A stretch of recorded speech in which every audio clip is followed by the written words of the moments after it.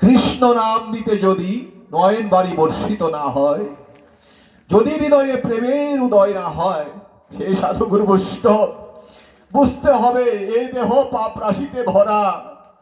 পাপ দেহ নিয়ে কখনো কৃষ্ণ ভজন গৌর ভজন হয় না। কেননা শাস্ত্রে বললেন, ভক্তি শাস্ত্রে বললেন, তোমরা যদি গৌর ভজন করতে চাও, তোমরা যদি কৃষ্ণ ভজন করতে চাও, তবে তোমাদের হৃদয় মন্দির আগে পবিত্র করো, আগে ভালো করো। হরিবল। হে সাধুগুরু বৈষ্ণব, সাধুগুরু বৈষ্ণব আজ শাস্ত্রে কি বললেন? তোমরা আগে করো ভালোবাসা, তোমরা আগে করো ভালোবাসা। যদি গোবিন্দ ধন পাবার আশা থাকে, তোমরা আগে করো ভালোবাসা। হে সাধুর বৈষ্ণব, আমরা সকলেই ভক্ত হতে চাই, শ্রী গোবিন্দের কৃপা পেতে চাই। শ্রী গোবিন্দের কৃপা পেতে হলে সাধুগুরু বৈষ্ণবের কৃপা লাগবে, ভক্তের কৃপা লাগবে। যদি ভক্তের কৃপা না পাওয়া যায়, সাধুগুরু বৈষ্ণবের কৃপা না পাওয়া যায়, এ বিশ্ব ব্রহ্মাণ্ডে সেই ব্যক্তি, সেই ভক্ত, সেই লোক কখনোই আমার গোবিন্দকে পাবে না। নিতাই গৌর হরিবল। আজ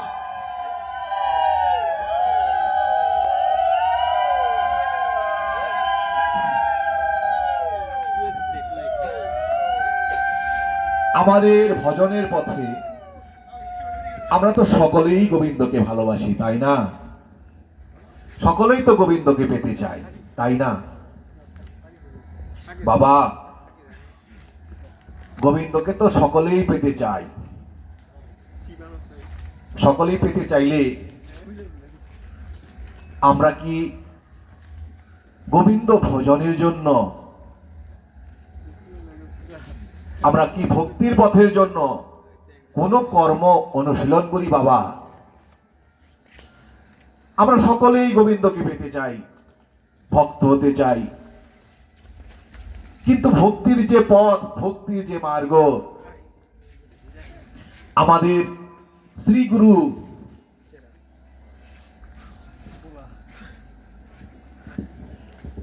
যে বস্তু দীক্ষা শাস্ত্রে দান করেছেন, আমরা কি সেই বস্তু কখনো হৃদয়ে ধারণ করে চলি বাবা? আপনারা সকলেই সেই শ্রী গুরুদেবের বস্তু হৃদয়ে ধারণ করে চলুন, কিন্তু আপনারা সেটা করেন কেননা আপনারা হচ্ছেন বিশুদ্ধ বৈষ্ণব। কিন্তু বাবা, আমি সেই বৈষ্ণব হতে পারিনি, আমি ভক্তও হতে পারিনি। আপনাদের মতো বিশুদ্ধ সাধুগুরু বৈষ্ণবের কৃপা গুণে শুধুমাত্র ভক্ত হওয়ার চেষ্টা করছি মাত্র বাবা। ভজন পথে বাবা অনেক বাধা। কেমন বাধা? আমাদের হৃদয় মন্দিরে অনেক আবর্জনা রয়েছে। আবর্জনাগুলো কি বাবা? একটু খেয়াল করে শুনবে। আমাদের হৃদয়ে রয়েছে বা আমাদের দেহে রয়েছে একাদশ ইন্দ্রিয়। আর কি রয়েছে? অনেকেই বলে থাকেন যে আমাদের ইন্দ্রিয় হচ্ছে মাত্র 10টা। হরিবল। আমাদের ইন্দ্রিয় হচ্ছে বাবা 11টা। স্বয়ং মন একটি ইন্দ্রিয়। আর কি রয়েছে? আর রয়েছে ষড়রিপু। 11টা তো আছেই, এর ভিতরে ঢুকলো আরো 6টা। আর কি রয়েছে? একটু আগে আপনারা কীর্তন পরিবেশন করলেন বাবা, অষ্টপাশ। এই অষ্টপাশে বাধা। অষ্টপাশগুলো কি কি বাবা? যেমন ঘৃণা, লজ্জা, ভয়, শঙ্কা, জিজ্ঞাসা, জাতি, কুলমান। আরো রয়েছে পঞ্চপাশ। কেমন?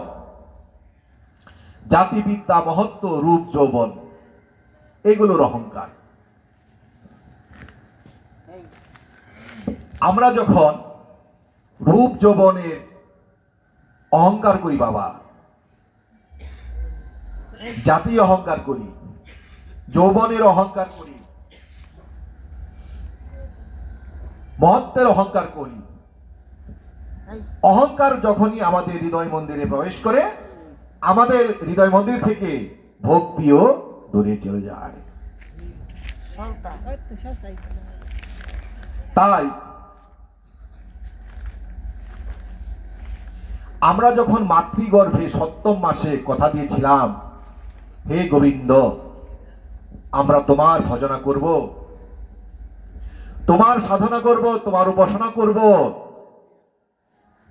আমরা সেই কথা ভুলে গেলাম। কেন ভুলে গেলাম বাবা? শাস্ত্রে বললেন,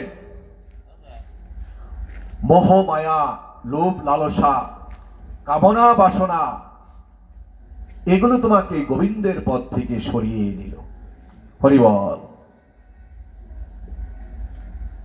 দেখুন বাবা,